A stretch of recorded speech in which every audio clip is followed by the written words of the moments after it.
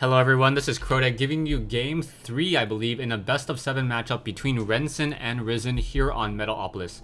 Renson, the blue Protoss player, spawning at the 12 o'clock position. Meanwhile, we have RiseN spawning here at the 3 o'clock position as the red Protoss. So once again, this will be Protoss versus Protoss mirror, and this will be on Metalopolis. Now, these particular openings, or because of these particular spawning locations, I believe this 1-zone Naga Watchtower will come into play a little bit more, just because it watches this whole entire center ground here, a very wide choke point. Also, another thing to be really careful of, especially on Metalopolis, is the fact that your opponent can go for a Stargate.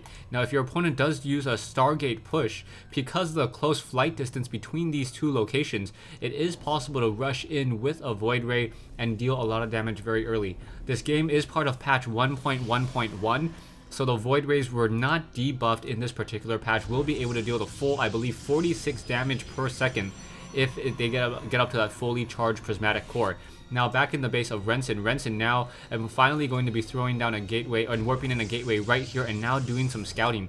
Very interesting position here as RiseN decided to scout up this ramp first and then head off in this direction. This is a little bit of a strange maneuver just because he perhaps did not want to come across and allow his probe to be viewed from this direction. However, the blue Protoss player now will be able to come in, and Renson now coming in as well will be able to gain sight and quickly find out where his opponent is. So right now Renson getting very valuable information, knowing that there is already an assimilator down, 3 probes are already inside it. This probe is continuing to wander around the inside of this map, trying to gain out as much sight as possible. We do see an early a standard cybernetics core coming into play after the gateway.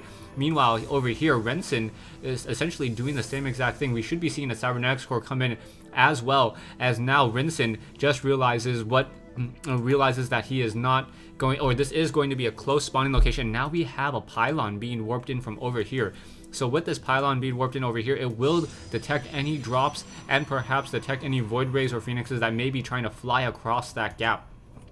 We do see another pylon being warped in and back behind the mineral patch, as now both players have scouting probes within the base of their opponent. We now also have a cybernetics core currently being chrono boosted, and a gateway now currently being chrono boosted alpha this gateway. So, and now an early zealot going to be trained up and try to head out. We do see a stalker now coming into play. So a stalker currently being chrono boosted will be able to take down this early probe. This probe now being very smart, trying to get the heck out of dodge, realizing that as soon as a stalker or a zealot comes out of there, that would be the end of its days. So now one probe coming into this position here, one zealot already coming out. Zealot now dealing some damage towards that probe. Probe able to barely escape that one fight there. A 1/2 attack would have been enough to take it down, and it looks like though, it barely able to squeeze by, and now in comes a stalker.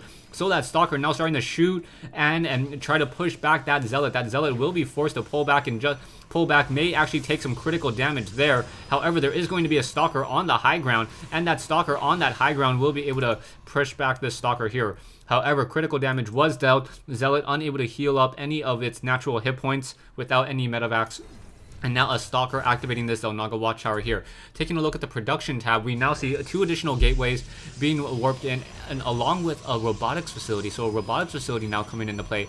Warp gate research on both sides. Sentries also coming into play. So a sentry being trained up in order to block this very tight ramp choke point here, and then enabling Renson to macro up a very large army. As the red Protoss player just scouts out, making sure that there are no proxy pylons anywhere inside this base. One of the things that you really have to be careful about in a Protoss versus Protoss mirror match is the 4-gate with the proxy pylon. If a proxy pylon is placed down, he can get a lot of units on your side of the map, and even if you have proper scouting on the roads in between your 2 bases, those units can just simply appear on the backside, perhaps hiding over here, and then as you try to move out to attack, he can just run zealots and stalkers straight into your base and deal a lot of economic damage that way. We now see more pylons and another zealot being warped in down here. Nothing too out of the ordinary so far, just robotics facility, warp gates. We may see a robotics bay coming in as well in order to get some colossi, because colossi are very powerful to counteract that 4-gate build, which is so 4-gate and 3-gate build, which is so common in StarCraft 2 in a Protoss versus Protoss mirror match. both sides just continuing to do an economic game so far. Taking a look at the income tab, 700, yeah, both sides getting about 26 harvesters, or exactly 26 harvesters. Both sides also getting about 700 minerals a minute. We do see that Renson has one observer inside the base. So Renson able to gain sight into this base here and continue to offer more and more scouting information. We do see 3 zealots, 2 stalkers, 1 sentry, and he's taking a mental note of all of this information. Back here, we now also see 1 stalker taking some critical damage there, as these zealots now perhaps trying to move out. This Renson wanted to make sure that there was no nexus down here on the low ground. If there was a nexus, he may have decided to push out, as it is always very smart to try to push when your opponent is trying to establish an expansion before he gets that economic advantage. Also in the base of Renson now, Renson getting up to 31 harvesters in just a moment, will be able to be fully saturated in about another a minute or two, and then he may be forced to try to get another expansion down here on the low ground. We do see some stalkers being positioned here, perhaps to intercept any observer that may be coming out across the map. However, Renson has a robotic support bay, and now most likely will be training Colossi in just a second. So those Colossi will be very strong. Very interesting that I do not see the blue Protoss player with an observer. So will RiseN be able to get enough sight onto this base and figure out how exactly to deal with the current units that Renson has? Now that we see Renson warp in a nexus here, we now see RiseN moving out with his army of zealots and stalkers. Army composition is not that strong, and now this 1 stalker may get taken down to 48 hit points already. Currently just trying to walk away. 1 zealot now just in pursuit of that 1 unit there, as we now see another stalker coming in over here. So we are going to get a lot of units warping in, and Renson, the blue Protoss player, does have a lot of units at this stage in the game. So we also see 1 observer still gaining sight, a lot of information being revealed there, and now in comes 1 stalker. So Renson getting will be able to shoot down that 1 probe there, that probe taking a lot of damage. However, we are getting the extended thermal lance range, and now 2 stalkers coming in. So those 2 stalkers will be able to perhaps push a lot of damage onto that 1 stalker there. Will it be able to get a probe kill? Yes, able to get a probe kill, and now 1 observer in this position, trying to gain the sight. We do see 1 Colossus coming in from Renson. So Renson with 1 Colossus standing tall, and now production-wise getting more Colossi as well, and both sides getting nexuses. And now in comes this Colossi with that extended thermal lance range of 9, and will be able to just shoot up onto that high ground. Very nicely done. Now pulling back, trying to make sure that it continues to use that extended thermal lance range to the best of its abilities, and now will start to slowly recharge their shields once again. Some probes now making their way down to that low ground. A second Colossi being trained up by RiseN, as these Colossi just trying to get more and more damage, and then very nicely done.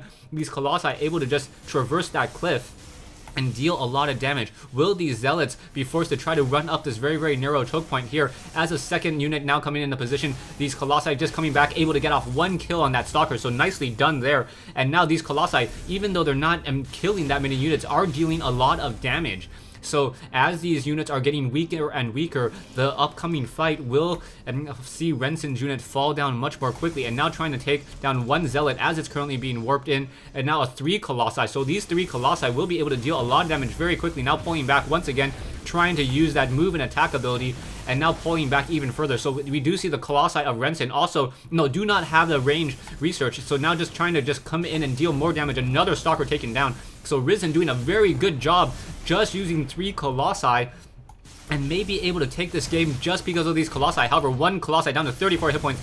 Down it goes. However, able to take down 1 Immortal as well, as these Colossi now trying to take down these 2 pylons. If the more and more pylons get taken down, Renson will be supply locked. We do see more units being warped down over here, and now another Colossi, or now another Immortal trying to be trained, going after that robotic spade, but that robotic spade does not have the extended thermal lance range currently being researched, and another Colossi taken down. So very nicely done, as these Colossi now in full retreat will be able to walk up onto this ramp, perhaps try to regenerate those shields rather quickly. RiseN now needs to get this 1 unit onto that ramp, as a 3rd Colossi joining in on this fight. So 3 Colossi now continuing to push back, and now the waves have changed. RiseN doing a great job with these Colossi will be able to deal a lot of damage to these tightly packed Zealots. And these Zealots without charge and without that movement buff will take a lot of damage here. And now Renson just simply losing a lot of his units very needlessly at this stage in the game. Stalker's trying to get in front of his Zealots here, but the army size, because of the just sheer tech, RiseN will be able to deal so much damage. And now this one pylon, as soon as it gets taken down, all those buildings will be unpowered, and there it goes. 4 warp gates now, or 2 warp gates now unpowered as both sides continue to fight. 3 Colossi able to deal so much damage because of these tightly packed units. And now Renson says GG. So now RiseN doing a great job in this fight so far. RiseN able to fight back, use all of these Colossi, and with that extended thermal lance research, because he was able to research that and walk up and down these cliffs very, very effectively, able to take down these 3 pylons here and also deal a lot of damage, just making all of these units take a lot of damage, get past their shields, so when they finally had a 1v1 fight and were ready to throw down, they had so little hit points that the Stalkers and the Zealots had such an advantage that they just fell way too quickly. Thanks for watching, thanks for listening. Stay tuned for Game 4 in this matchup between Renson and RiseN.